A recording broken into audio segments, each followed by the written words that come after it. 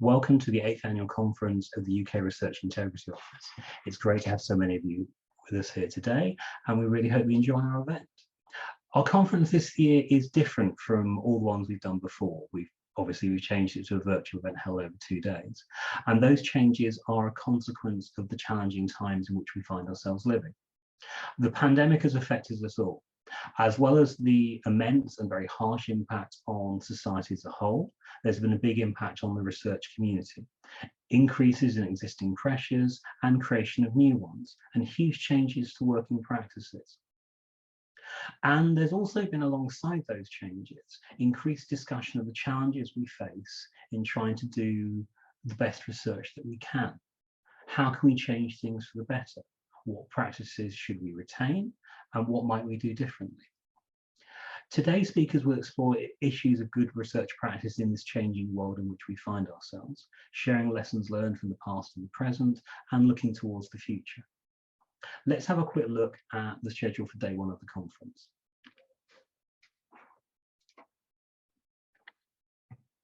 So today begins with a welcome from Tracey Brown OBE, Chair of the UK Research Integrity Office. We'll then hear a keynote address from Dame Ottoline Leyser, the Chief Executive of the UK Research and Innovation. After questions and discussion, we'll then have 3 talks and discussion on various aspects of research culture from the University of Glasgow, the UK Reproducibility Network, and the Royal College of Art. We'll break from lunch for 1 from 2 p.m. and then resume the conference with talks and discussion from the signatories group of the Concordat to support research integrity.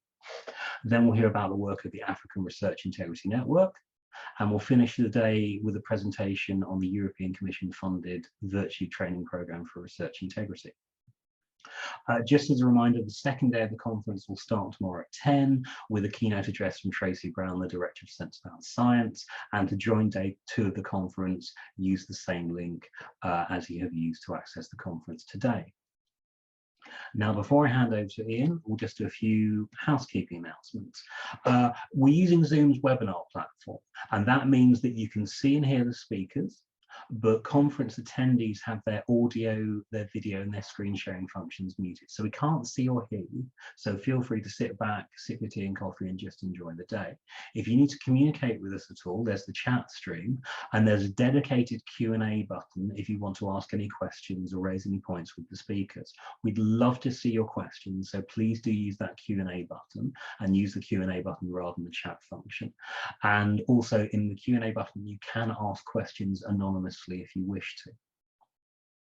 I should also note that if you've got questions that require kind of detailed advice, if you've got questions or concerns about a particular research project, a publication, allegation, misconduct, or anything like that, we can't really give you a detailed level of support because this is a virtual conference. So please go to our website, UKRIO.org, and there's a dedicated contact form where you can access our support.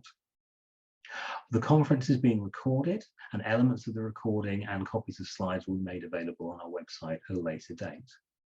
And we're doing more virtual events in 2021, plus lots of other activities. So you can visit our website to learn more about those things, opportunities to volunteer with our charity, and also to sign up with our mailing list. And finally, the hashtag for social media posts is UKRIO 2021. Please feel free to tweet or otherwise post about the conference and use that hashtag if you do.